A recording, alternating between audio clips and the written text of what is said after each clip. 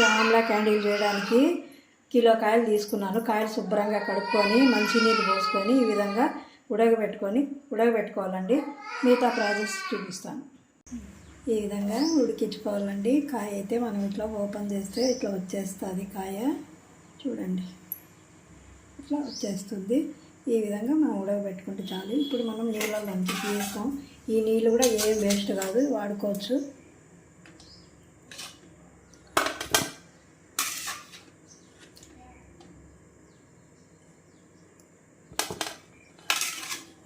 తీసి అన్ని గింజలు సపరేట్ చేసుకుందాము. చల్లారినాక చేసుకుందాం. 2 టేబుల్ స్పూను జీలకర్ర వేసుకుందామండి. ఇప్పుడు 1 స్పూన్ వేసినాను, ఇంకొక స్పూన్ జీలకర్ర.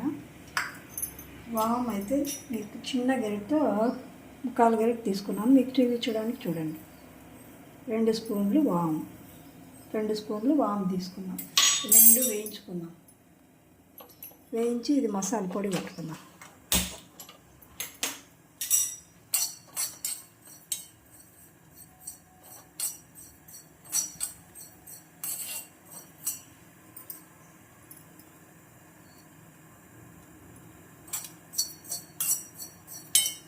జీలకర్ర వాము బాగా వేయించుకొని పొడి పెట్టుకున్నాం.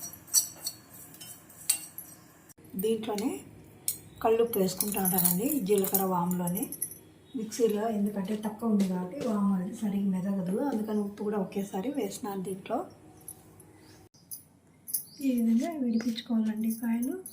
ఈ విధంగా మీరు ప్లాస్టిక్ డబ్బాలోనే వేసుకొని 24 గంటల సేపు ఊరబెట్టుకోవాలి. ఇవన్నీ వేసుకొని చూడండి. ఈ విధంగా అన్నీ ఒలిచి పెట్టుకోవాలి.